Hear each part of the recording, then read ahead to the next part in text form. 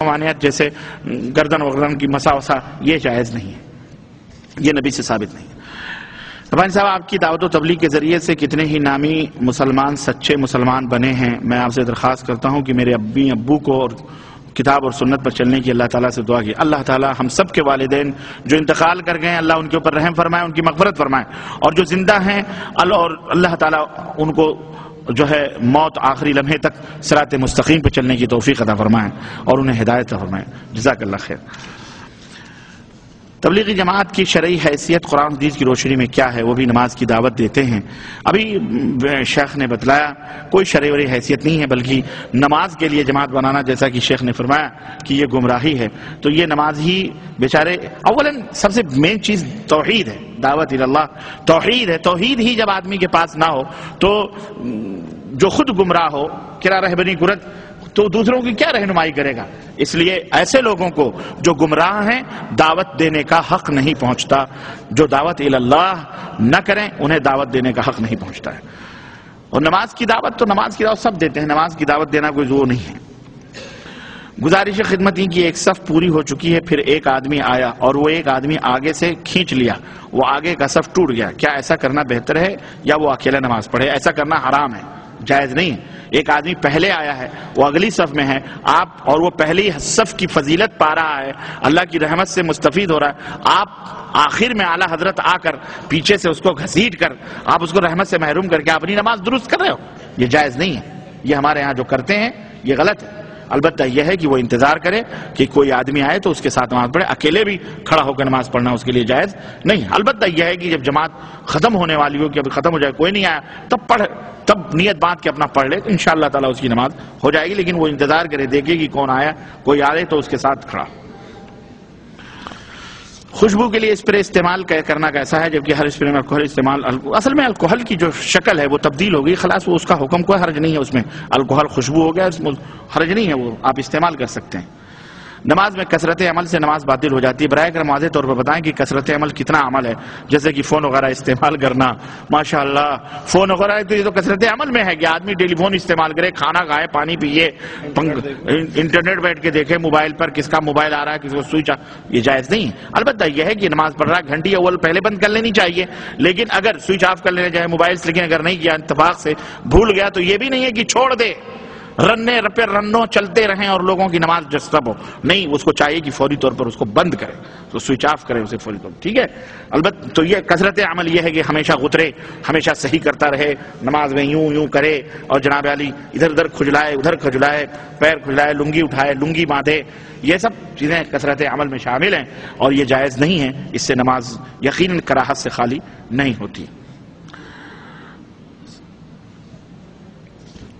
ایک بھائی نے سوال کیا ہے کہ السلام علیکم، فرمایا کہ آپ نے فرمایا کہ سورہ فاتحہ کے بغیر، یہ اصل میں کل کا سوال ہے، آپ نے فرمایا کہ سورہ فاتحہ کے بغیر نماز نہیں ہوتی، اور بعض جعلیات کے لوگ کہتے ہیں کہ سورہ فاتحہ کے بغیر نماز ہو جاتی ہے، پڑھنے کی ضرورت نہیں ہے۔ وہ جاہل ہے، وہ جو ایسی بات کرے وہ قرآن و سنت سے جاہل ہے۔ سورہ فاتحہ کے بغیر نماز نہیں ہوتی، یہ اللہ کے نبی کا حکم ہے، لا صلاۃ لمن لم یقرأ بفاتحۃ الکتاب، اللہ کے نبی نے فرمایا اس کی نماز ہی نہیں ہوتی جو سورہ فاتحہ نہ پڑھے۔ تو جعلیات میں رہنے کا اس کو حق نہیں ہے جو ایسی اس قسم کی دعوت دیتا ہے، اگر وہ داعی ہے تو اس کو چاہیے کہ وہ بچے اس سے۔ السلام علیکم، بھارت میں جو مولانا بتاتے ہیں اب آپ ہی کے نیچے نابھی کے نیچے نیت باندھتے ہیں، کیا وہ غلط ہے؟ اور اوپر انہوں نے 786 لکھا ہے، یہ 786 کا مطلب کیا ہے؟ اگر اس کا مطلب بسم اللہ ہے تو اللہ کا نام ہے بسم اللہ الرحمن الرحیم، اللہ کے نام سے جو رحمان ہے رحیم ہے اس کے نام سے شروع۔ اگر آپ کا نام عبداللہ ہے اور اس کا نام 420 نمبر نکلتا ہے، اور اگر آپ کو 420 کہا جائے تو آپ پسند کریں گے؟ تو اللہ کے لیے اگر آپ کہہ رہے ہو بسم اللہ ہے تو نہیں استعمال کرنا چاہیے، یہ حرام ہے، یہ قرآن کی تحریف ہے۔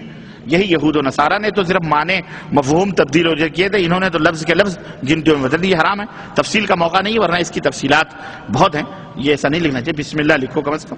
اور جہاں تک فرمایا انہوں نے کہ ناف کے نیچے باندھتے ہیں، اگر حق بات بولتے ہیں تو کوئی حرج نہیں ہے اس میں، وہ ناف کے نیچے باندھے، فلانی جگہ باندھے، وہ بات کی بات ہے، لیکن توحید کی سنت کی بات ہونی چاہیے، ٹھیک ہے، ایمان اور عقیدے کی بات ہونی چاہیے۔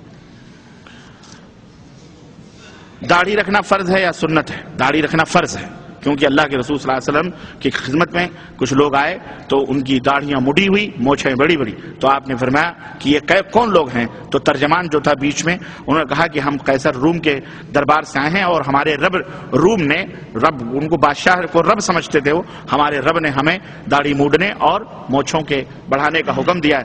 تو آپ صلی اللہ علیہ وسلم نے اپنی داڑھی مبارک پہ ہاتھ پھیرا اور فرمایا الحمدللہ ہمارے رب نے ہمیں داڑھی رکھنے کا حکم دیا ہے۔ تو داڑھی رکھنا صرف نبی ہی کی سنت نہیں، اللہ کا حکم بھی اس حدیث سے پتہ چلتا ہے، تو اس لیے داڑھی فرض ہے۔ یہ سنت سمجھ کر اس کو قینچی یا اس کو جو ہے کیا کہتے ہیں استرے مت مارو، حرام ہے یہ، اور اس سے مار کر اسے گٹر میں پھینک دے تو حرام ہے، حرام۔ مسلمان ہو صحیح ڈھنگ سے داڑھی رکھو۔ اب یہ نہ سوچو فلانے بڑے بڑے لوگ داڑھی نہیں رکھتے، تو بڑے بڑے لوگوں کی طرح آپ ہیں؟ بڑے بڑے لوگ تو بادشاہ اور حاکم اور پتہ نہیں کیا کیا ہیں، ہم تو فقیر کے فقیر در فقیر ہیں۔ تو اگر یہی سوچنا ہے تو آپ بھی بادشاہ بن جائیں ہیں؟ واہ، نہیں، غلط بات ہے۔ کیا پیپسی کولا سیون اپ پی سکتے ہیں؟ اگر آپ کو شوگر نہیں ہے، مریض نہیں ہے، زکام نہیں ہے تو پی سکتے ہیں، کوئی حرج نہیں۔ ساسیہ بھی ہوتی ہے۔ شیخ آپ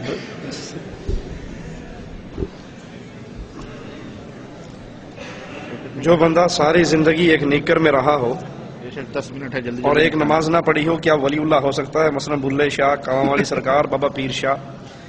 جو بندہ ساری عمر ایک نکر میں رہا، کچھے میں رہا اور اس نے نماز بھی نہیں پڑھی، وہ ولی ہے، لیکن اللہ کا نہیں، شیطان کا۔ وہ ولی ضرور ہے لیکن شیطان کا ولی ہے، جس کے بارے میں ہمارے ہاں کہا جاتا ہے، انڈیا پاکستان کی سڑکوں پہ چلتے ہیں نا سب کچھ اتار کے، تو کہتے ہیں انہوں نے کچھ نہیں کہنا ہے، پہنچی ہیں سرکاراں نے، وہ واقعی پہنچے میں ایک دھکے کی ضرورت ہے، پہنچ جائیں گے۔